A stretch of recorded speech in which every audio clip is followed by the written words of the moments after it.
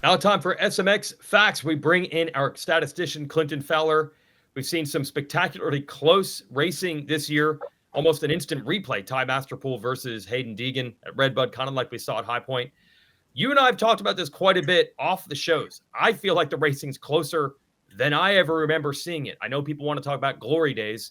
I don't remember races being this close this often. What does the data show?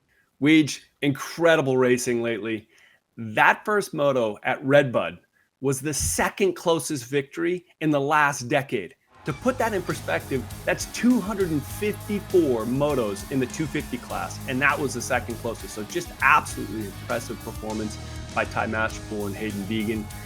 The interesting part is 2 in the second and third closest victories come from this season. And JT, both of those was Ty Masterpool getting the better of Hayden Deegan.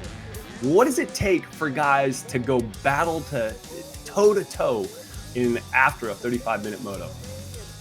Well, I think for Ty, he had more confidence. He got the job done at High Point, holding Hayden off there. So I think he had a little bit more just kind of a positive feel that I can do this. And I think secondarily to that, this is a track that he rides really, really well. He had that podium in a moto in 2020. He showed us that he has a ton of speed here. So he had more confidence coming into RedBud than most tracks anyway.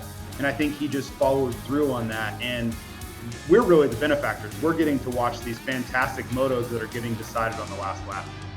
Well, now you got me curious. If that was the second closest, what was the closest in the last 10 years?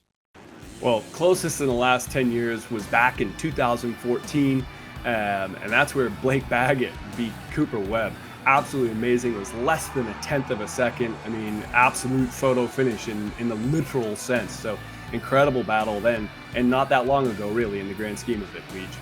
Yeah, and then also we've been talking about how Jet Lawrence manages these leads and doesn't win by a large margin, and you have some data there to kind of show, yeah, he's in a good amount of close races, and often with a familiar foe.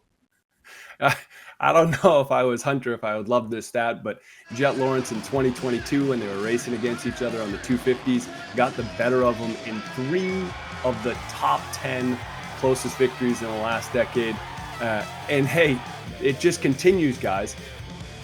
The closest 450 race this year, the Moto 1 at High Point, was also Jet Lawrence beating Hunter Lawrence. So we're getting to see those guys play out in battles over and over. Yeah, that means High Point had double in the 450 and 250 class. I'm telling you, this season's close. Now, speaking of close, we're going to transition to SMX points and just update us on this bubble battle to be in the top 20 and not have to go to the last chance qualifiers. Yeah, absolutely, Weege.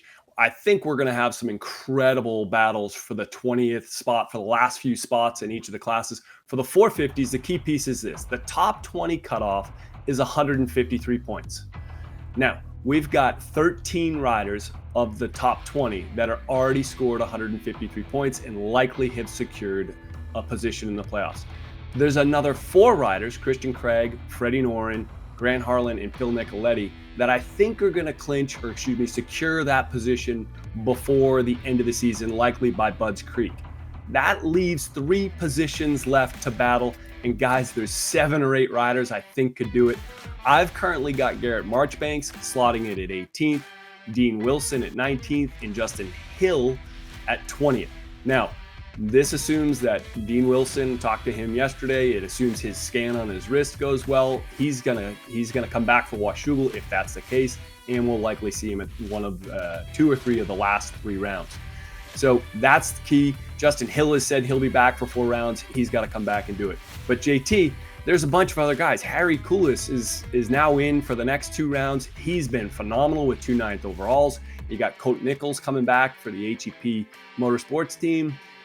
There's Kyle Chisholm, there's Cullen Park, there's Derek Kettle. All these guys are still in. Who do you think down the stretch has the ability to lock in one of those last 3 spots? Well, just think about who are the best motocross riders of the group, because that's where the points will be earned. And it's so interesting to think about how this pendulum swings, because a lot of these riders that you're talking about were 250 regional supercross riders that made the jump to the 450 for pro motocross.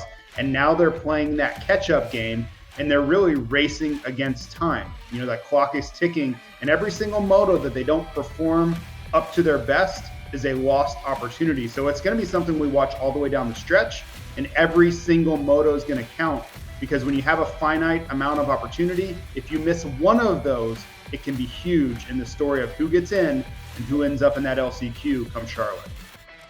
All right, thanks, Clinton. We'll take all the data and jumble it up again this weekend. But if you want to watch the racing this weekend from Minnesota, Race Day Live will kick it off, brought to you by motorsport.com at 10:30 Eastern Time. The schedule is a little different this weekend. Normally we're at 10. It'll be 10:30, and the first moto will take place at 1:30, not the normal 1 o'clock time. And that is all to fit into a live NBC window. The first moto of the day will be 450 Moto 1. That's at 1:30. That's on NBC. Of course, you can watch everything 450s and 250s on SMX Video Pass outside the United States or on Peacock. Pivotal race coming up in Minnesota. Hi folks, Lee Diffie from NBC Sports here. If you truly enjoyed what you just watched, you can get more news, interviews, and highlights by subscribing to the Motorsports on NBC YouTube page. You can get it all, so go for it.